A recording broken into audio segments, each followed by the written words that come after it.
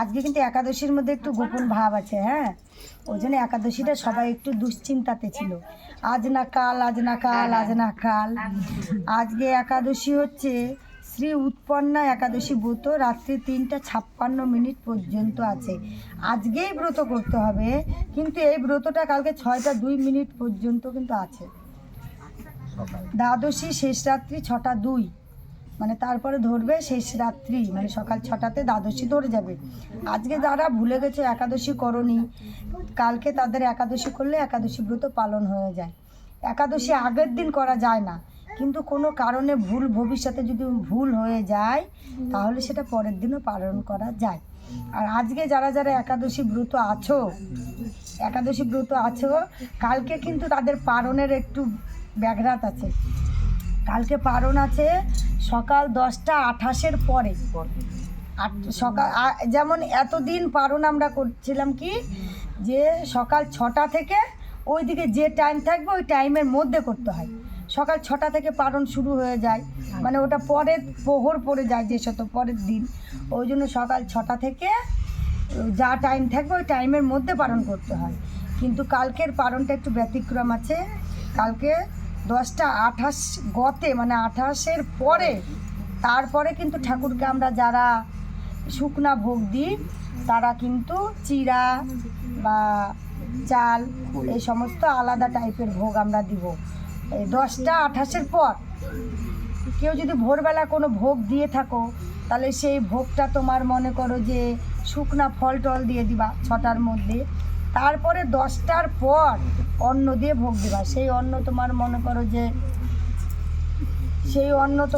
করো যে চিড়াও দিতে পারো, কেউ খইও দিতে পারো, মুরগি দিতে পারো, বা অন্য কিছু দিতে পারো, যে কোনো শুকনা, কিন্তু অন্ন যেন তার সঙ্গে থাকে। কিছু না থাকলেও 2টা আতপ চাল কলা দিয়ে ভোগ দিলা, কিন্তু অন্ন থাকতেই হবে। কারণ যারা আমরা একাদশী করি, আমরা যখন একাদশী করি তখন আমার গোবিন্দও আমাদের সাথে একাদশী পালন করে। এবার একাদশীর পরে তাদেরকে পালন সবসময় অন্ন দিয়েই করাতে হয়। যারা আমরা অন্ন ভোগ দেই তাদের কথা আলাদা, যারা আমরা অন্ন ভোগ দিই তাদের কথা আলাদা। তারা রন্ধন করে তারপর অন্ন ভোগ লাগায়, সেই অন্নটা সেবা নিলাম। সবাই তো আর আমরা অন্নভোগ দিই না, সেই জন্য আমরা চিড়া, খই, মুরগি, আতপ চাল, কারো ঘরে চিড়া মুরগিও থাকে না, সমান না, তাহলে আমরা একটু আতপ চাল দিয়ে দিলাম। কে আতপ চালও থাকলো না, তাহলে আমরা কী দিয়ে ভোগ দেবো? তখন ধান থেকে 2টা চাল খুঁটে যে ফল দেবো, ওই ফলের মধ্যে ধান খুঁটে দিয়ে দিলাম, তাহলে অন্ন হয়ে গেল। সেই অন্ন দিয়ে গোবিন্দকে আগে ভোগ অর্পণ করে সেই প্রসাদ নিয়ে আমাদেরকে পালন করতে হয়। সেইটা আমরা কিন্তু করব 10:30টার সময় কালকে। সেই আমরা অন্নটা করব 10:30টায়, কারণ 10:28 পর্যন্ত আমাদের পালন করতে হবে, তারপরে আমাদের পালন করা, তার মানে 10:30টায় পালন করতে হবে। জয় রাধে।